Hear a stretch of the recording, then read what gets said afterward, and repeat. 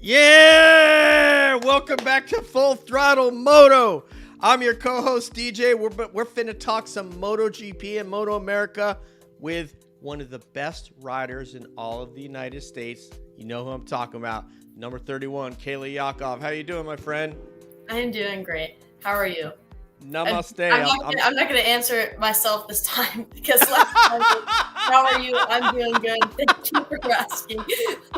That's myself. Oh man, you know what? If you're not making mistakes in this broadcast business, you're not trying. I've been doing this for 12 years. I made mistakes last night, but I'm always critiquing and getting better, just like your riding.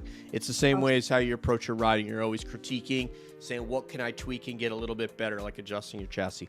Anyway, welcome back to Full Throttle Moto. We're just getting going with this pod. We're kind of refining our game.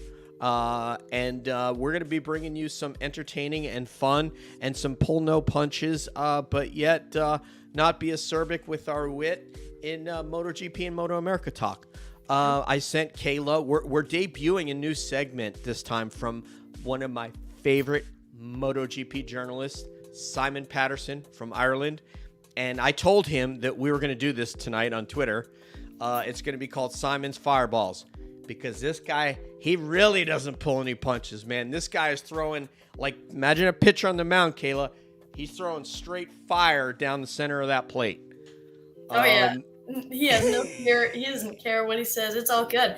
I mean, you get the genuine takes from that, though, which is kind of nice to see what other people have to say about it. But, yeah, he has no fear.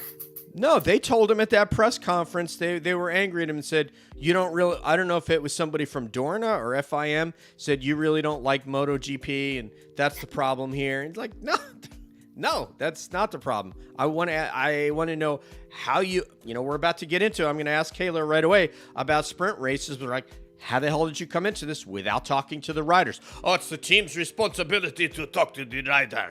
That's the problem. The team talk to the rider. And so Simon wasn't going to accept that answer.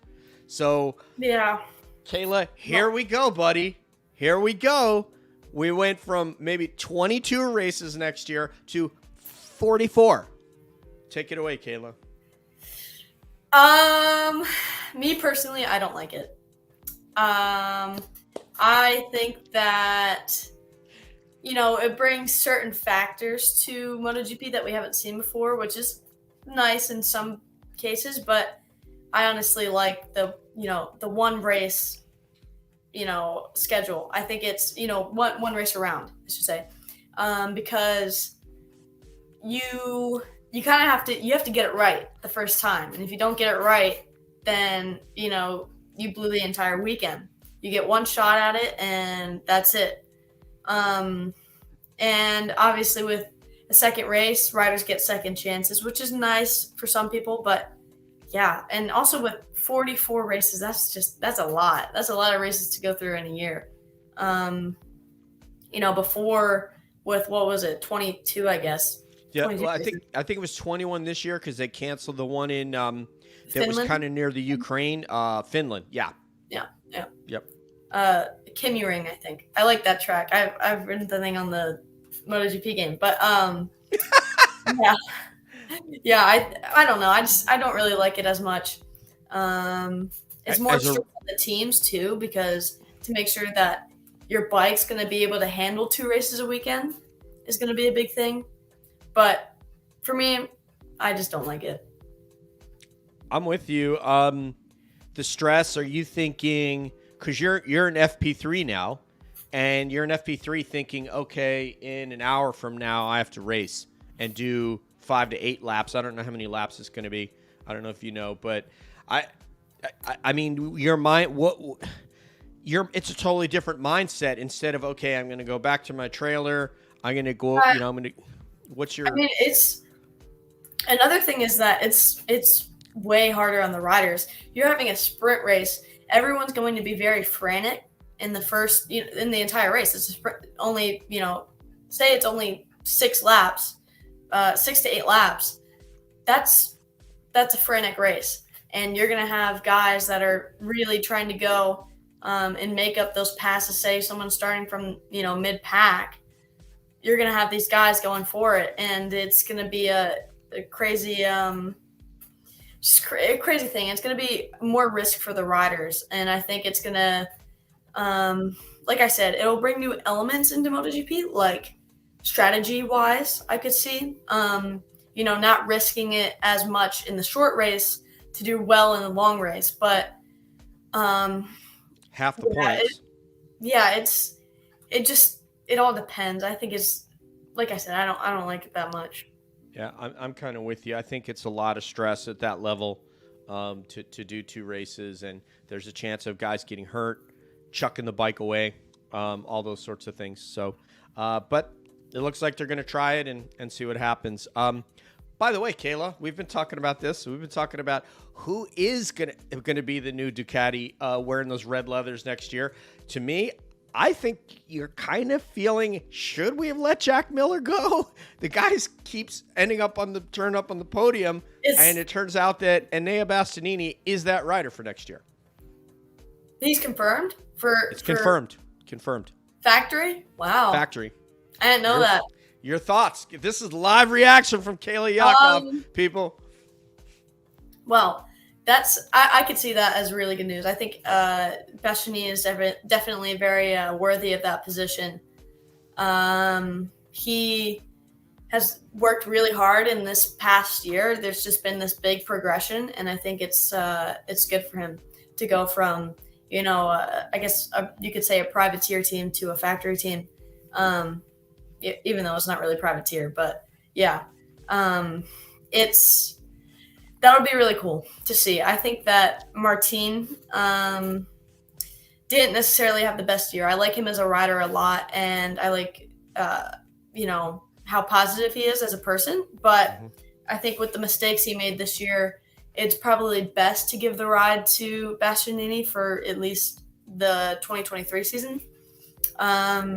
But I'd like to see Martin on a factory ride at some point. But yeah, for Jack, it's the Ducati curse. As soon as they say we're going to put another rider on your seat, they start getting podiums really frequently and wins. So, I mean, I think Jack will do well on the KTM.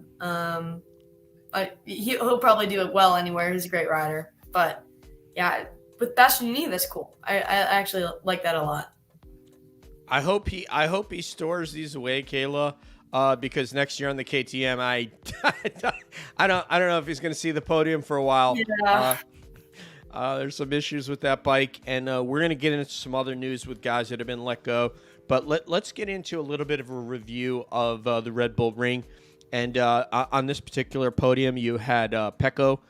You had less than half a second back, you had Fabio, and then you had Jack in third.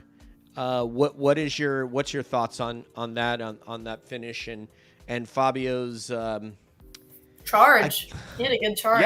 Yeah, he did. But in fairness, a couple guys went off the grid. Enea, he got past because he had the issue with the dent in his tire. And what do they say about Martin? He decided to see what was going on over in the gravel trap, and then well, for Quartararo, I think if he had one more lap, he probably would have won that race. We'll see. Yeah. I think he had some serious pace, and he was really closing in on Pecco on that last lap. I mean, the second to last lap, he gained like half a second on him. So yeah, it was closed in, I should say. I mean, it was a close race. I like that. For Jack, he kind of just stayed out of the trouble there. He was just kind of sitting there in third, and there's a lot of passes made right around him, but he just ended up being there, which is good for the end game. Just stay. He took a shot. Yeah, he took a shot, but yeah. I mean, Martin tried. Yeah. But made a small mistake. There was really nothing he could do about that.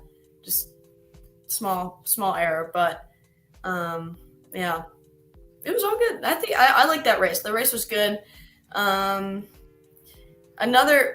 Maybe I should save that for the hot takes. I'll save that one for later. Is there anyone then in particular in the MotoGP race that inspired you this weekend?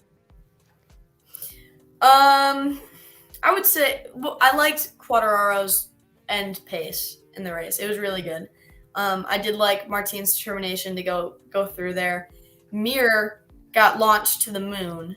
That was, he can't catch a break. Recently, it's been hard for him, but that was pretty crazy. And he was lucky to only come out with it was a sprained or broken ankle, or foot. But yeah, that one was big. I just want to see the Suzuki boys, have some good finishes before they're done. But yeah, everyone else is just kind of in their place. He's Valentin, who is a partner of Simon on the Race podcast. Valentin, or they call him Val, thinks that he would love to see Joan just pack it in for the year. He's put so many bikes in the gravel. He's at the high side. He just has not had a good result since they announced that the team was sadly disbanding. Yep. And he thinks that it'd probably be better to just come back next year on his Honda. He's trying to create some positions to bring in some of the Suzuki team, which they say are the tightest group. When you go over to like the hospitality tent, the tightest group there are the Suzuki guys, and they're the ones that are disbanding the damn team. Go figure. Moto 2. Let's go to Moto 2. Let's see. I'm going to try to remember that because I don't have it in front of me right now. I could look. Can you look? Yeah, take a look at Moto 2. Moto 2 was a decent race. I think it was, what is that? Is that the right one? Yes, should be. All right. Yes, that was a good race. You got Ayagura over Chantra and over Dixon. That was a good last lap. We see team orders come into place, and with Chantra saying P2 okay on the pit board, and second to last corner, he's like, "Yep, nope, I'm all right. I'm going for it." And it was a good battle right to the end. But big points day. Canet rebounds, goes back into sixth, but biggest thing is Vietti crashing out and closing that points gap up, and actually losing the points lead. Now the points leader is Ayagura. So yeah, and they're well. First of all, before we even talk about Vietti, I want to ask you. It shows up on your dashboard, Kayla, P2 OK. What is Kayla Yakov doing on that last lap? It depends on a lot of things, but I will say if the door is left very wide open, and someone makes a mistake, I'm there for it, and I'm going to take it. But if it's, if they're in front of me and they're just riding the ride, I'd just sit back and I'd be like, all right, I'm fine with a podium. I could take 20 points. But yeah, if the door is left open, it's my racer instinct to go for it. If you're wondering who has the coolest co-host, I do. I love it. You just had to say that was great. Okay. And then in third place, Jake Dixon comes in. Now, we got to talk about Jake Dixon. Okay. As the British writers say, or not the British writers, the British podcast guys, if he's not in the gravel, he's doing really well. So you can see that this weekend. He did really good. Rode a good ride. He took Pedro on the last corner. Yeah, it was a close one between Pedro, Fernandez. Canet was just off of that group, but yeah, that was a good ride from Dixon. Good ride from Pedro coming back from his femur injury, and Fernandez some good damage limitation after getting shuffled back a little bit. Alonso Lopez with another good ride in seventh. Yep. Schroeder did well in eighth. Then you have Arenas, Alcoba, Navarro, Baltus, Bovier, Roberts, Ben Snyder, Antonelli, Senna, I don't know how to say his last name, Van de Goper, Ramirez, Corsi, Skinner, and Hatta. So Yeah. there were a lot of crash riders, though. That was the biggest thing. You have 1, 2, 3, SDK. 4, 5, 6, 7, 8, 9. Yeah, So, you had Cam and Joe like 13 and 14, respectively, I think, and you had SDK crashed out, so not a great weekend for the SDK Americans. with I believe a broken foot. Really? Yeah. Wow. So, Okay. I believe he crashed out on that first lap, or one of the first laps. Yes. You're right. With an incident involving another rider, possibly. I don't remember, but I think it was with Kubo. Because I remember MotoGP posted something about getting a small mix-up between the two because they crashed together, and they said that one of them went to the hospital to get their leg checked out, and they said Kubo instead of Kelly. But they fixed that. So. And we got to talk about Jake Dixon real quick, because if you end up showing up in the Moto 2 grid in a couple of years, there's Jake Dixon has a great hair game. I feel like you could challenge him for hair game. You can kind of do some of this business right here. But the sunglass game, Jake's sunglass game is serious, man. So Kayla, do you have? I don't know what they. No, they look like ski goggles, man. They for real. Yes, I'm serious. They look like pink ski goggles that are mirrored, a mirrored pink ski goggle kind of thing. So okay. Oh, Moto 2 maybe, because it's just showing me football players. Yeah. So your sunglass game. Oh, I know what you're talking about. Yeah. They look like goggles, right? They're big and squarish. Yeah. I know those aren't Oakley's, but I know Oakley makes some like those. Mm-hmm. And a lot of the riders like those a lot. Yeah, he has. I remember seeing that now. Yeah, he has a serious sunglass game. Good hair game, good sunglass game. So we got to make sure if we send you over to Europe that you're prepared with the proper sunglass wear. I have some. Okay, that's all we got to do. I'm all prepared. All right, Moto 3. Let's talk about Moto 3. Kayla, my goodness, Sasaki with 2 long lap penalties. Yeah. What did I write on the sheet? He cut through the grid. He cut through the grid like a Thanksgiving turkey at the Yakov household. So it was also cool to see 2 Japanese riders win a GP in one weekend. Suzuki, and then going 1-2 in Moto 3 was cool. But yeah, we have Sasaki, Suzuki, Munoz with another good ride, Anku, Garcia, Moreira. I like Diego Moreira. He's a really good rider. He does a lot of supermoto stuff too. That is really cool. So I enjoy watching that. For a Brazilian to come to Europe as a rook, this is huge, man. Yeah. Helgado, McPhee, Toba, Ortola, Foggia. After I forget what happened to Foggia. Foggia. Let me talk about Foggia real quick. He got swallowed up in the first turn. He was near the front in the first turn, and he all of a sudden he's like 7 places back. So it was not a good race for Dennis Foggia. For him. He was already kind of out of this championship because of some incidents earlier in the season, but still. But right now, championship-wise, with Sergio being 2 places in front of Eisen Guevara. Yep. It's closing up. They're really close. The gap from 5th to 7th in points isn't a ton. It's not like the gap from 1st to 4th, but that's still a bit of a gap. So we'll see. I think it's going to be a cool championship right down to the end for Moto 3.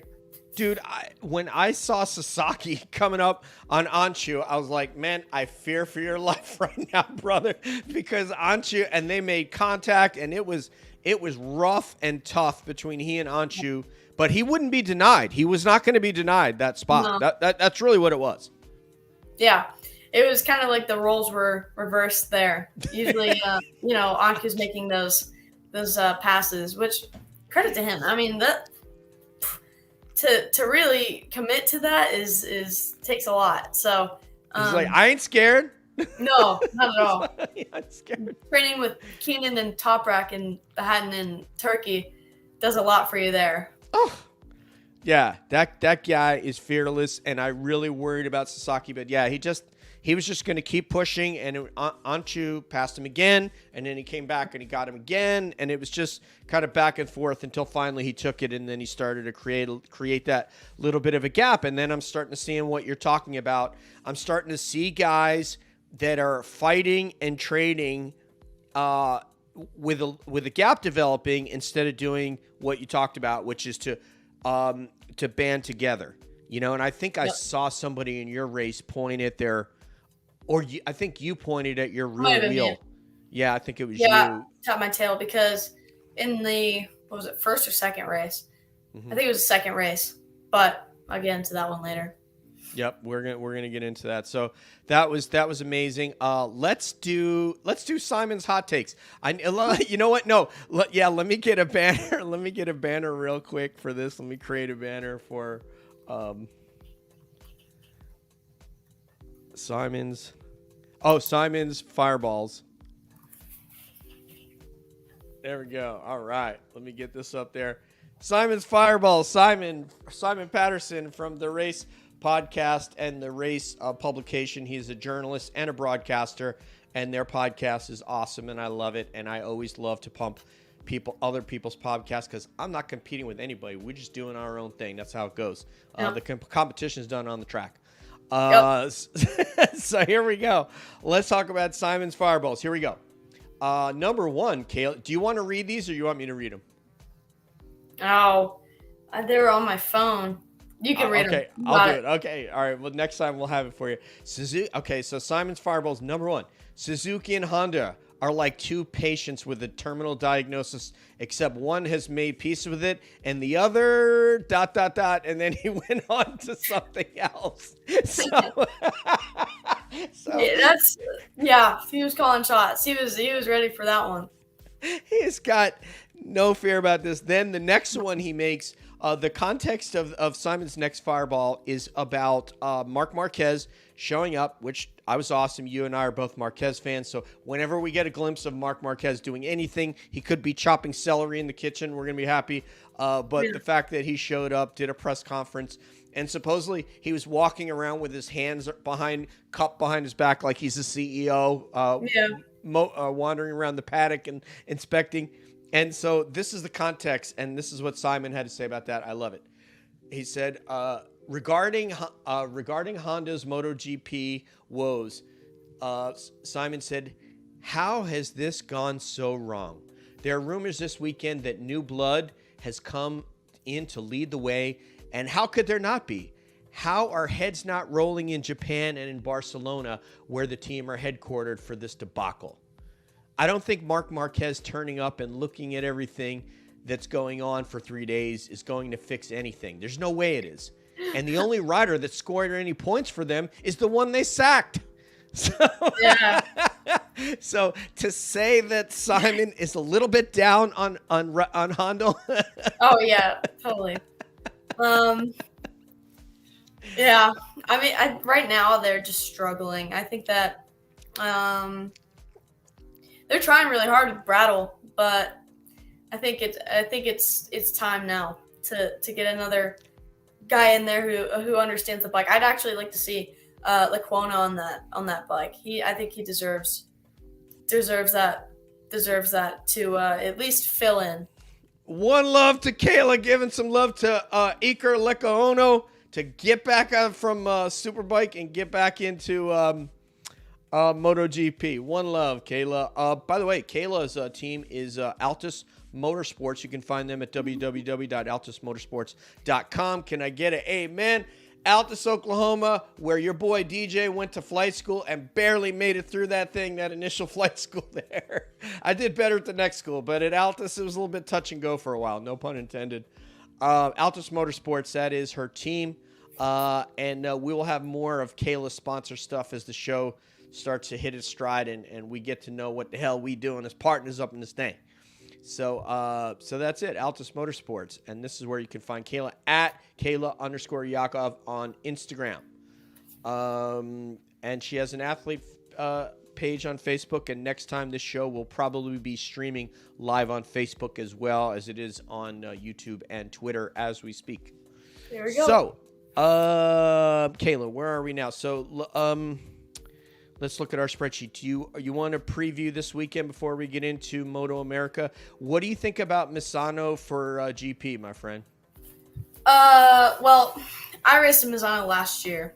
Yeah. Sorry. For the European Blue Crew Cup, and on the R3s, and some of the corners there must be absolutely insane on a GP bike. I mean, for different reasons.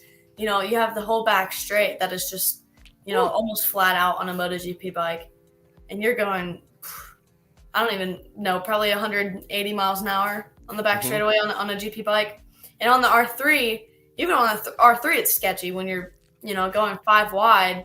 And these basically corners, they're actually corners. There's not as much of a straightaway as a lot of people think they are. But yeah, and then you have, that first sector where it gets really tight and it's very technical.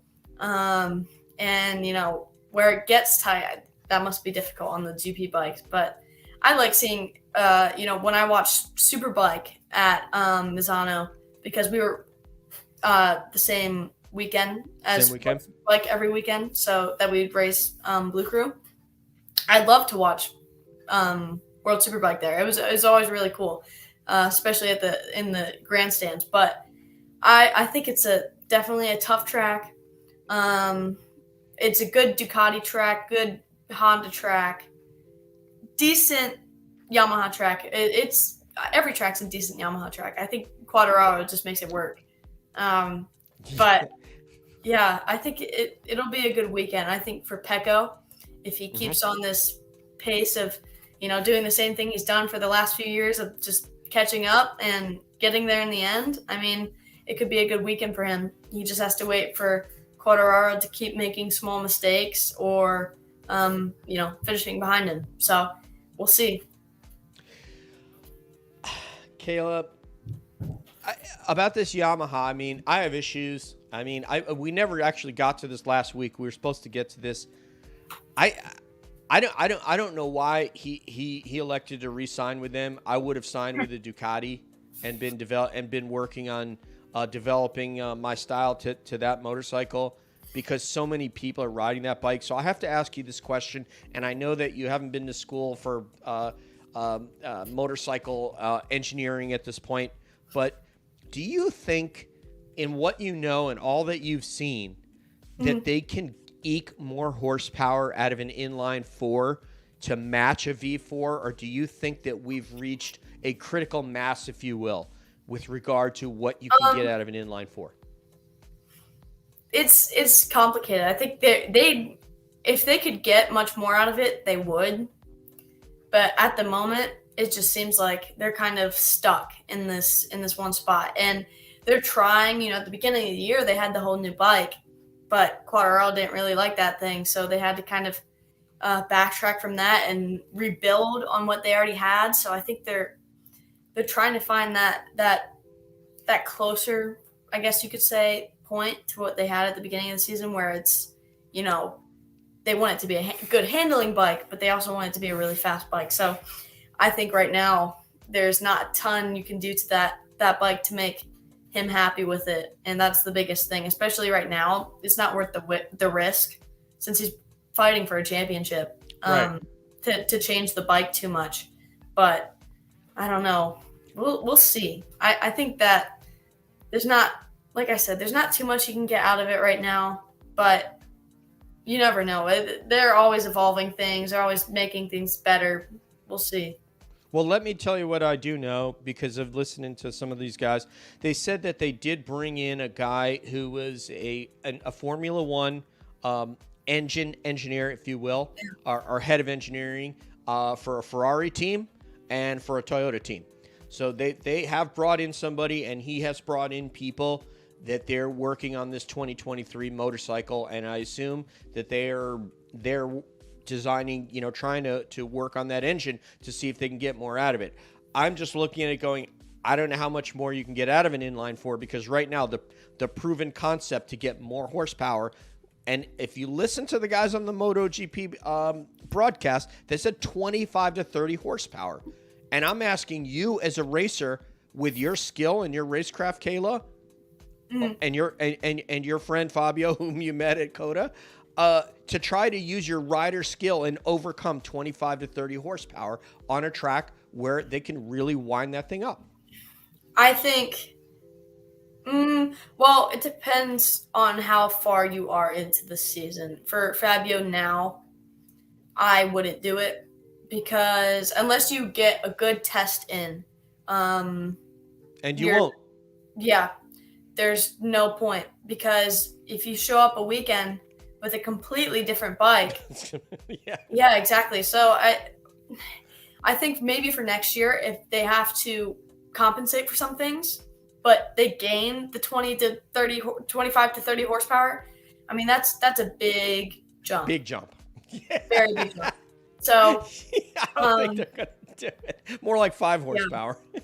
Yeah.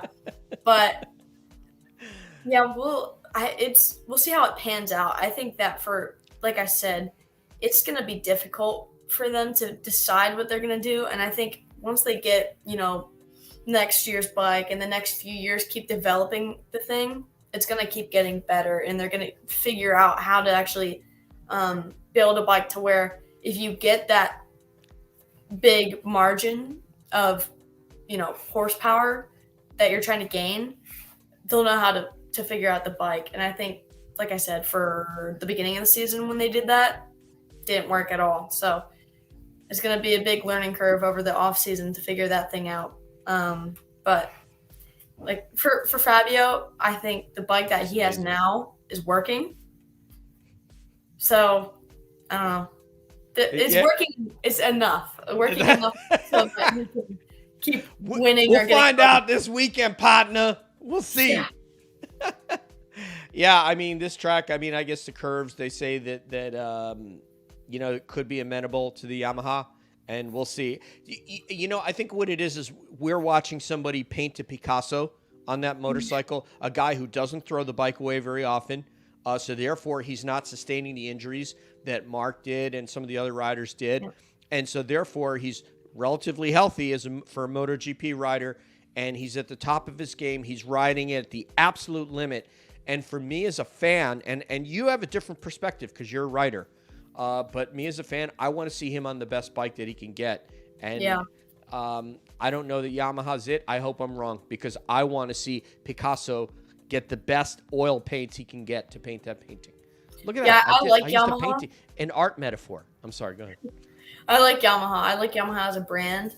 And I think what they're trying to do is, be at that level of, where Ducati is now, if not better. But Ducati's doing everything right. They've gotten pretty lucky I wouldn't say lucky. They've worked really hard to get that bike where it needs to be. So when you have guys that come in and test that the Ducati, it's over the off season, and they really put their work into it, getting real rider feedback. And not to say that Yamaha doesn't do that, but they're doing something right now. And I think for Yamaha, they just need to figure that out, because I really want to see the Yamaha keep doing well, and keep being competitive in the class. But yeah, as for Ducati, they just need to keep winning. They need to keep progressing that thing. Can I do my Pecco impression from the beginning of the year? Maybe. Look, I am not a test rider, okay? I expect the test to be done. I'm a racer, not a test rider. Yeah. So anyway, all right, yeah. Pecco, I love you, and you are an amazing rider. I think everybody Fabio. I think they all know that Fabio's on another level from them. Yeah. I feel like they're so happy that he's not sitting with red leathers next to Pecco right now, because he'd be running away with his championship. Moto2, who do you like in Moto2 at Misano?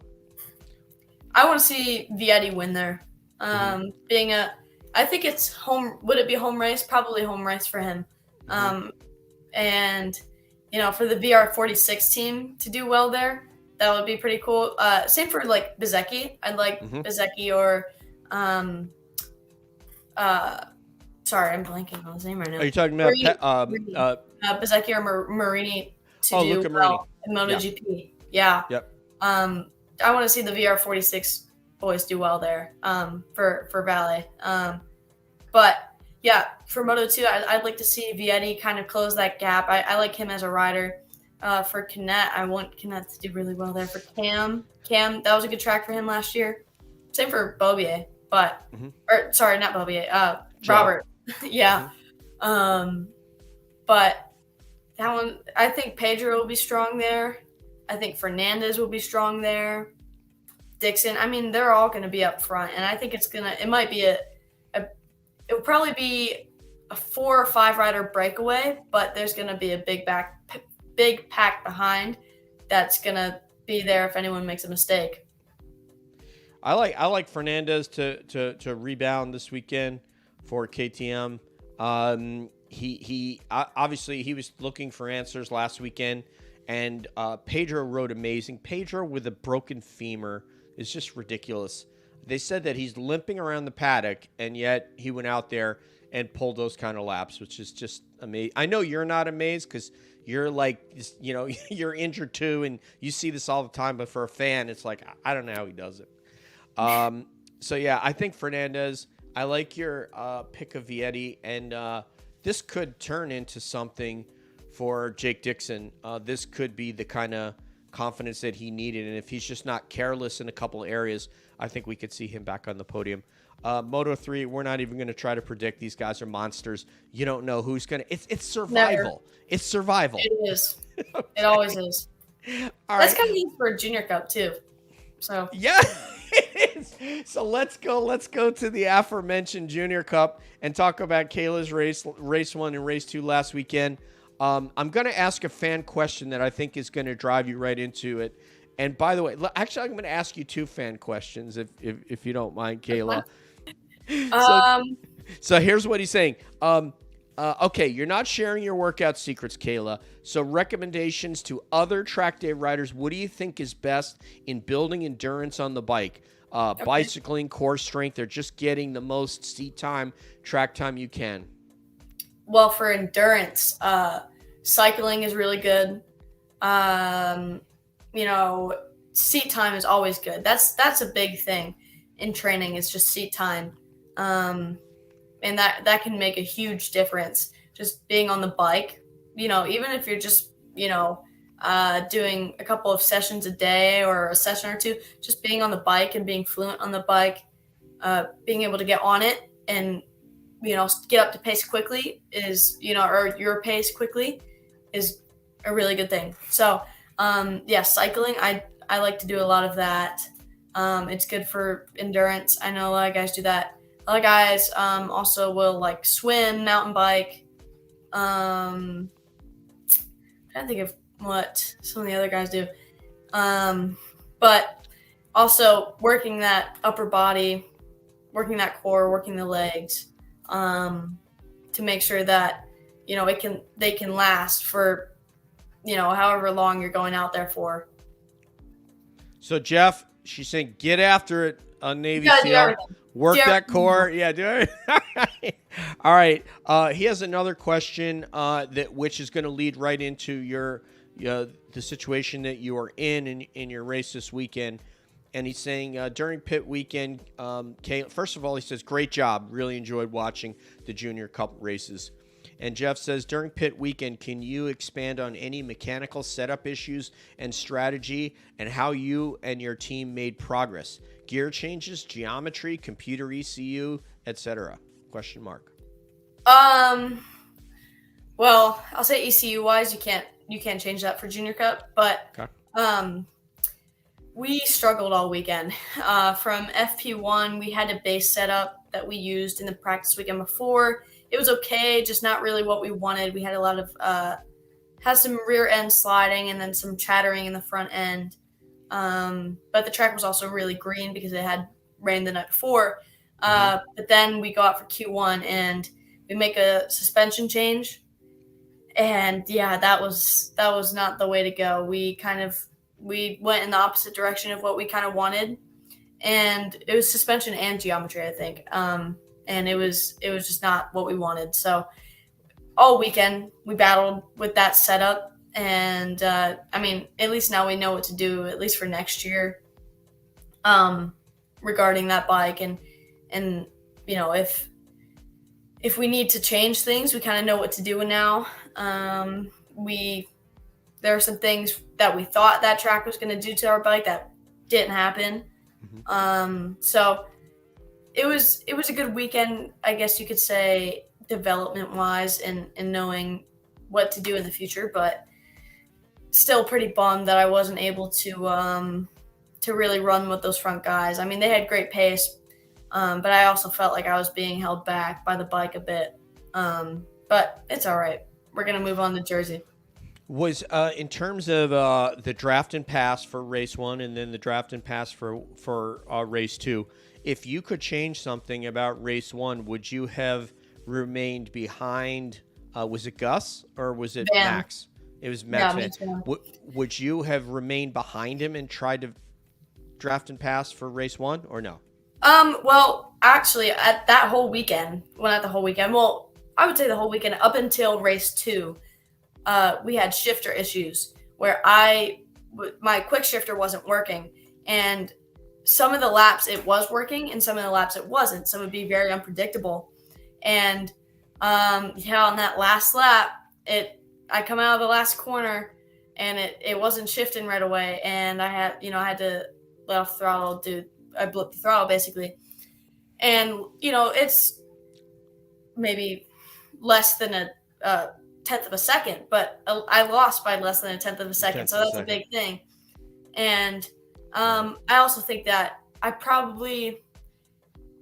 knew Max was going to be there and he was going to try to draft the line, but he hadn't really shown me in the laps 4 that he could carry it to the line. And I just think that because of that shifter issue coming out of the corner, I lost it right there. But for race 2, we fixed that shifter, finally got that thing working. I think it was just wired wrong. But yeah, we went out there and I knew what I needed to do. I kind of tested it the lap before and I was like, all right, I'm fine. I'm just going to stay here. I think I led out of turn 1 and he went by going into turn 3. And I was like, that's fine with me. I'll just wait here.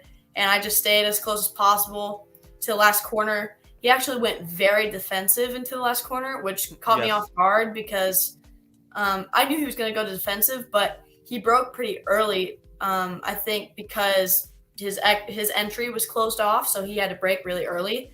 So I actually passed him on the outside and going into the corner, but then I was just like, okay, you're just going to go under and I'm just going to stay here and try to draft you the line. But yeah, it was good. I think it was funny to see that, in timing and scoring, I was in 4th, and I knew, like, when I crossed the finish, I was like, I'm pretty sure I got him.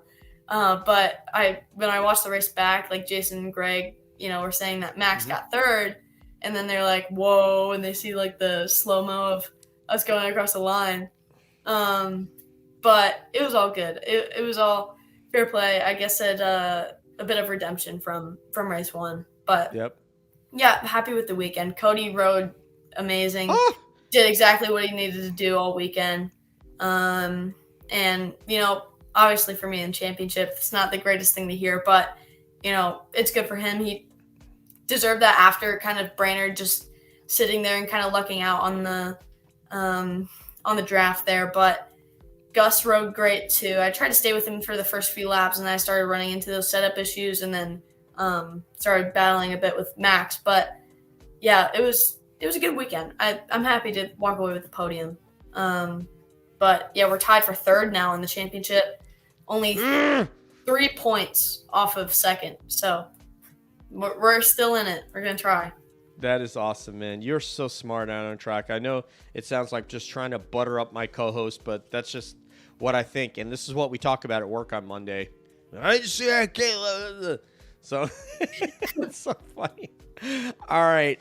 Super Sport. It looks like your buddy, Rocco, won race 1. And then in race 2, boy, did Josh Herron come after it. Did you see anything? What's your assessment of? I believe they made a different tire choice for race 2. Right. Front tire, right? With talking, I forget if it was front or rear. I don't remember exactly, but I remember talking with them before the race about it, and I remember that they said they wanted to make a few changes, but he tried to stay there in the first few laps, and Josh, once he got a bit of a gap, he wasn't really gaining for a while. It was just consistent, and then towards the end of the race, it started to get bigger and bigger as, I guess Rocco's tire went off. But then Josh making a mistake into turn 1, running off, and, I thought Rocco was going to get him there. I was like, okay, now that he has that light of only, a second in front of him, I thought he was going to go for it. But, yeah, the tire, I guess, was either overheating or gone. So, but good weekend for Rocco. I think to win another one is good for his confidence, and going into Jersey, which is a track he likes. Same for Josh. I think, Josh now can wrap it up in Jersey if he has a good weekend. So, Rocco just needs to stay in it. I believe the podium in both races was completed with Ty Scott. Yes. And I think that was a close race in both of them for third. But yeah, I was just mainly focused on Josh and Rocco for those for those races. Yeah, I'll check. It was Rocco, Josh, and Tyler and Ben Smith in the first race. And in the second race, it was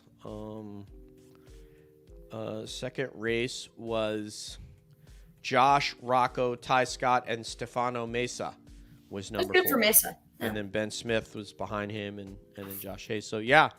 Wow. So this is kind of shaping up. This is starting to look a lot like Superbike. So let's talk about Superbike real quick. And let me go to those results. So Jake won both races. Danilo was second in one, and Skoltz. You know what? This is my side. You and I asked for your opinion and validated myself for Skoltz last weekend. But when I looked at this, I said, this is a Matthew Skoltz track right here. Yeah. This track was made for his style. Yeah. The flowing, fast style is good for the Westby bike too. But it was nice to see Matt have a good weekend. I know he's been struggling for a bit. I think it was like a 7 race difference between his last podium. So yes, it was good to see him back up there. Obviously with points now, Danilo took it back at Brainerd, and now Jake has it again. So Jake, yeah. If Jake stays out of trouble, he can. I think that he could carry it all the way, and get another championship. But we'll see. Yeah, I expect him to do it, and that's no knock on Danilo. Just they've developed the bike. It's kind of like that. It reminds me of like the R6 with Rocco. Just how well it works in so many scenarios. And with this super bike, whatever Danilo keeps complaining that he's not able to get the power to the ground. And I think there was something with engine braking he was talking about the week before. Yeah, engine braking has been a bit off for the last few rounds for them. But I did meet Petrucci's mom and at Pittsburgh. That was cool. What did he say? Did he introduce you and say, "Mama"? Well, so Faraci. Actually, I'm good with Faraci. He's really really good guy. Now I'm part of the Warhorse group now, so I go up and I talk to them a bit. I've talked to them for a while, but I'm actually doing the Ducati day for MotoAmerica out in New York by the Ducati place. But wow, yeah,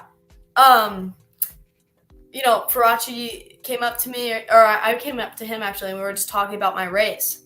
And then he was like, Petrucci's mom's here, so if you want to go say hi to her, I was like, yeah, sure. So he took me up into the rig, and she was up with Petrucci and his brother up there.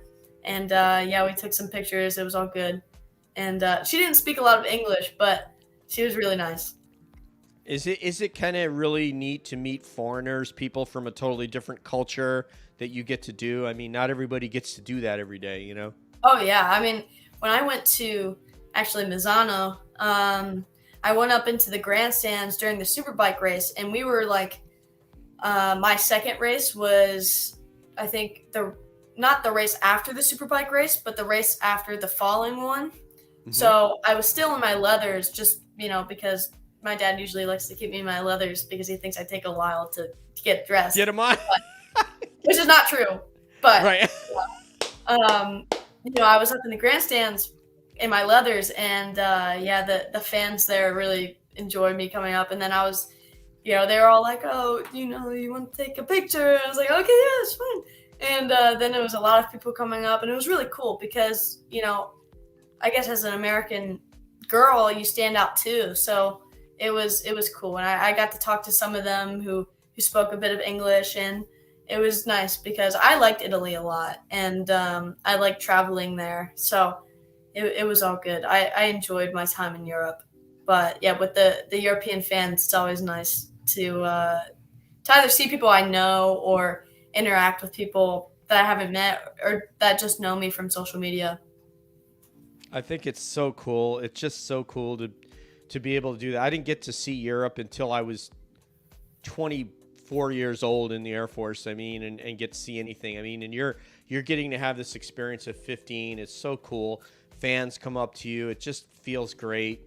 I'll never forget going to, I don't know why I'm going to share this anecdote right now, but I had to go and do this celebration of the D-Day in France when I was probably like in my early 30s. And we went to a place where they're very excited about Americans who came and kind of helped save the day against the Nazis in 1944. And I was staying at basically a boarding school. So they put me, they put us in the dorms of the boarding school. There's no kids there. And then one day during this week-long thing, the kids came back to school. They weren't in the dorms, but they were outside playing basketball and recess. And when I went out there, and kids like came around me like I was a rock star. And kids asked me for my, I'm wearing my flight suit and stuff. So I had like an aviator's uniform on, obviously, because we were marching, going to events with the French, and they wanted us to be in uniform. And I'll never forget this kid. First of all, people asked me for my autograph, which has never happened in my life. And second of all, this kid came up and gave me his photo and put his name on the back. Like literally. Really? That's awesome. I have that photo today. I have that photo. Awesome. And I would love to find that kid and tell him how much it touched my heart. I'm sitting there at GI, I nearly cried, when this kid came up and did that. And of course I took a photo with him. And so this is before cell phones, but I think they brought cameras to school. And every day after that, as soon as they would see the doors open and we were coming out to go and march somewhere and meet with the French, these kids had just come over. And it was, so that's awesome. That's the only time I'll kind of know what it's like to be Kayla Yakov. But anyway, so there you go, folks. An unintended consequence of watching the show is hearing one of my war stories. But Kayla, so that really was phenomenal that you got to do that, and you will be back in Europe, I have no doubt. Talk about New Jersey real quick. Let's set up STG Junior Cup, and let me know what you're thinking that we're going to see this weekend for Junior Cup, or next weekend rather. Well, let's hope it's a double win. That's what I want right now. But I just want to be on the podium. How do you like the track? Tell me about the track. I like Jersey a lot. I think last year I had the third fastest lap of the race, and with the amount of progress that I've made in the last year, I'm really confident going into this round. So we'll see how it goes. I know Gus is gonna want to do well in front of his home crowd. Same with Joe, both Jersey guys out there. And I grew up racing with them too. But they're going to really want to do well there. As for, Max, he's strong there. He was strong there last year. And with, Cody, he didn't get it last year because he broke his hip. What? Something around there? Yeah. at what was it, Pittsburgh. Mm-hmm. It was hip or something. I forget exactly what it was, but he broke it at Pittsburgh. Actually, road race 2 with it in the 2021 season, and then was like, all right, we got to get this checked out, and it was broken. So did not get to go to Jersey, but he goes there with champ school, so he'll be fine. It's gonna be. I honestly think I don't like having big groups, but it's always a big group, so we'll see. I think it's probably going to be 6 riders, maybe 6 or 7 guys up at the front, and we'll see. Hopefully we can just stay in it, time it for that last lap like we did at Brainerd, stay out of trouble, and we'll see. I think it's going to be a good weekend. I like Jersey a lot. Awesome, man. Right next to my home state in New York. I figured out. I think I'm like 5 hours. I grew up like 5 hours from you, I think. Really? Yeah. Westchester, New York, as opposed to Westchester, Pennsylvania. Yeah. And yeah, we do have to talk about the Gettysburg haunted bridges, but we'll get to that. We'll get to that on another episode because I'm going to ask you about that. So Super Sport, is this a Rocco track? What are you expecting any change in the weather in Super Sport, or am I going to see? I think for Jersey, it's going to depend on how the Ducati does. I think the Ducati did not like the bumps here last year, and honestly, the track has kind of gotten a little bit worse in some spots. So, the R6 was good at the bumps with the bumps at Brainerd, so I think it could be an R6 track, and Rocco could do well here. So we'll see. I think Josh needs to stay up and just finish in the points. I think if he finishes in the points this weekend, he can wrap it up. So yeah, I think for everyone else, for Ty Scott to just stay in the points for 3rd, I think he has a pretty big buffer to the 4th place, which should be someone like Ben Smith, I believe. But I'll take a look. Yeah, it's just going to be – I think it's going to be a Rocco and Josh show pretty much. Yeah. Standings for Super Sport are okay, so yeah, it's Heron, Rocco, Ty Scott, and yeah, Ben Smith is at 123 points. Ty Scott is at 192. So quite a gap there. Ty has a pretty big gap on everyone else, so he's just kind of wants to get more experience on that Suzuki. For Rocco, he just needs to stay up and finish the year. This is as close as he's been to that top spot, which is what I know he wants to get, that championship. But he's doing well. I think he did what he wanted to do this year so far. Maybe not exactly what he wanted, but he's definitely chipping away at it. So he's getting closer every weekend. I don't know how the hell the rules allow a R6 to be competing against a Ducati like 955. That doesn't make any sense to me. I thought, this bike's got to be a 748 for sure.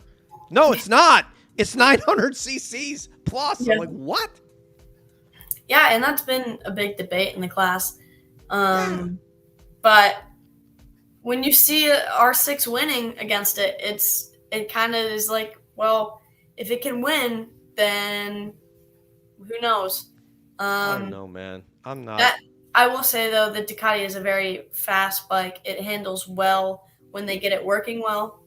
And there's a lot of things about the Ducati that are really good. But the same could be said for the R6. I think the only thing with the R6 is just lacking a little bit of that top-end speed. But besides that, like I said, you get that thing working right, and you get Rocco Landers on it, he's going to do well on it. He's a monster, man. He is. You guys, I don't know if his father may say this, his father may not say this. You guys look like you have a lot in common to me in terms of race intelligence. He said it was a bit of both. At Brainerd, he told me that, but at Ridge, when we were trying to figure my bike out, he was like, you and Rocco have a very similar riding style.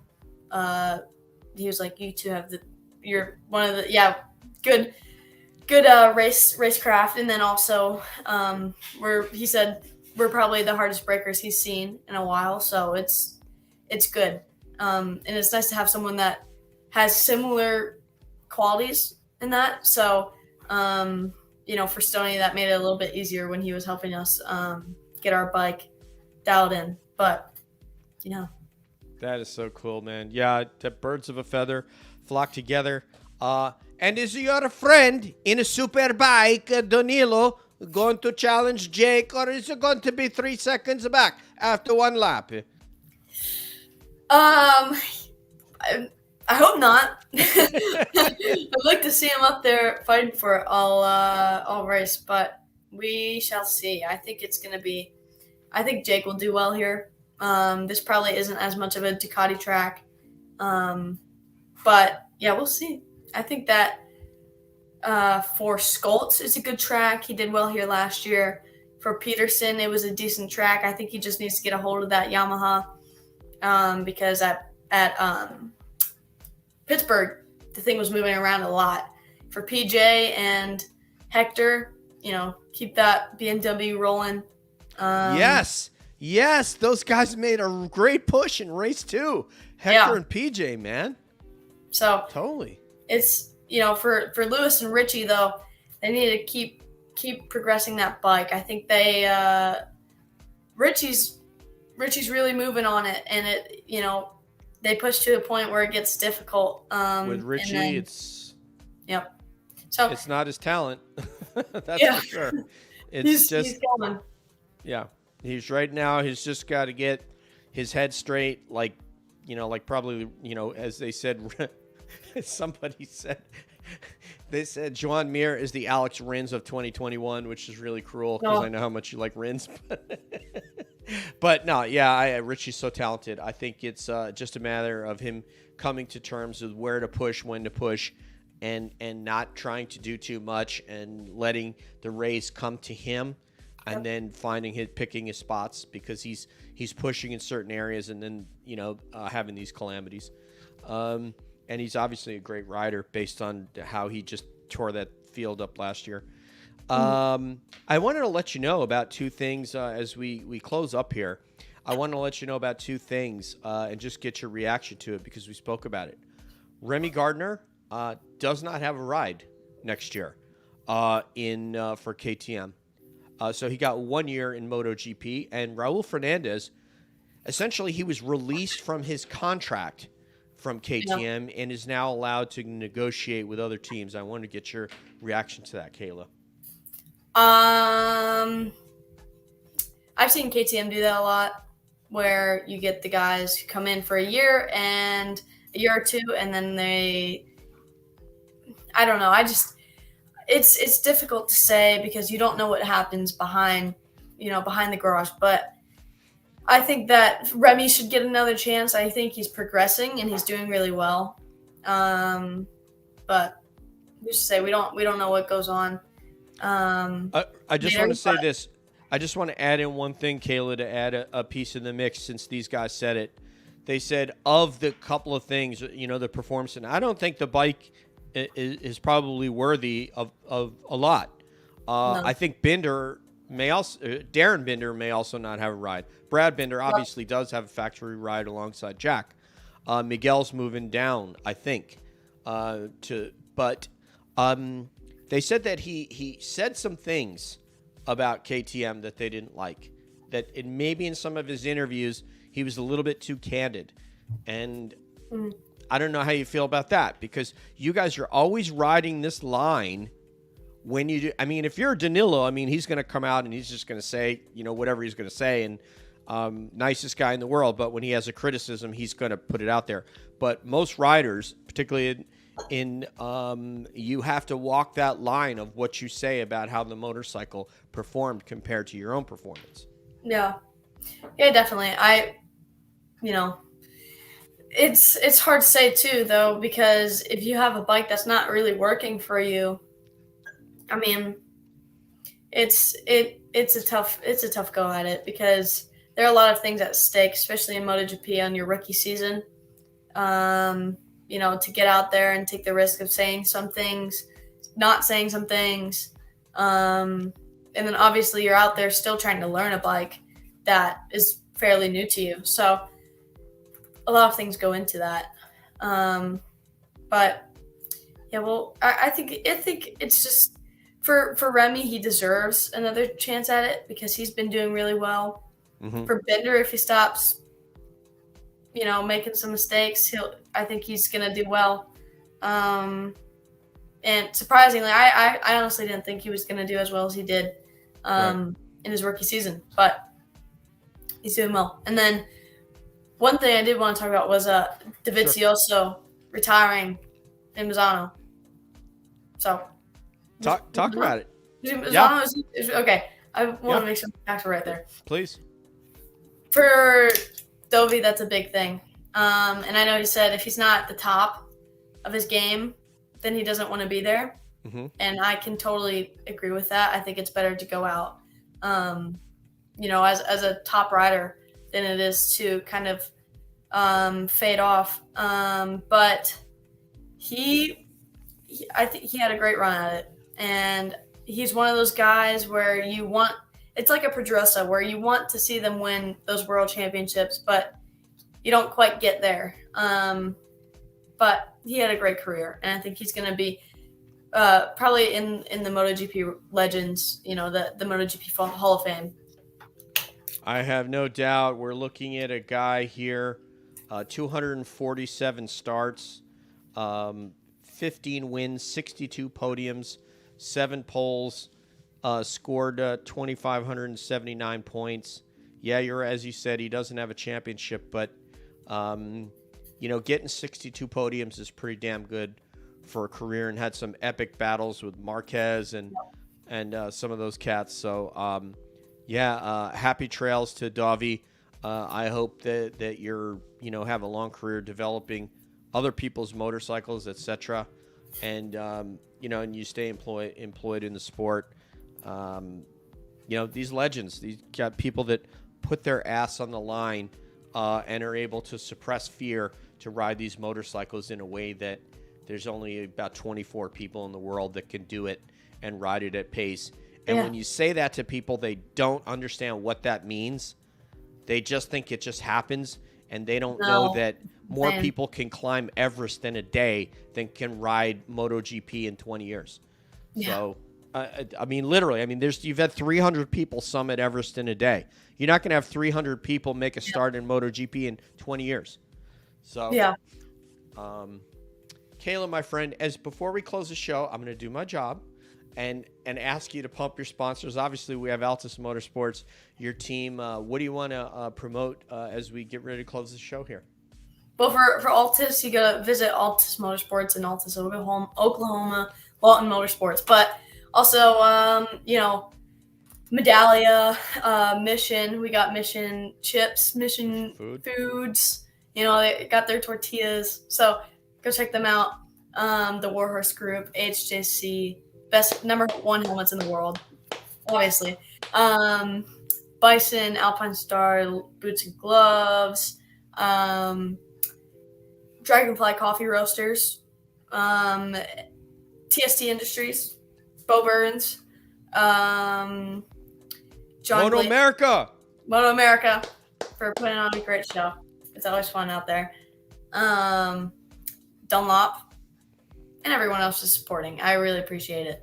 Like I said, we're chipping away at it. I'm happy with where we've gone so far this season.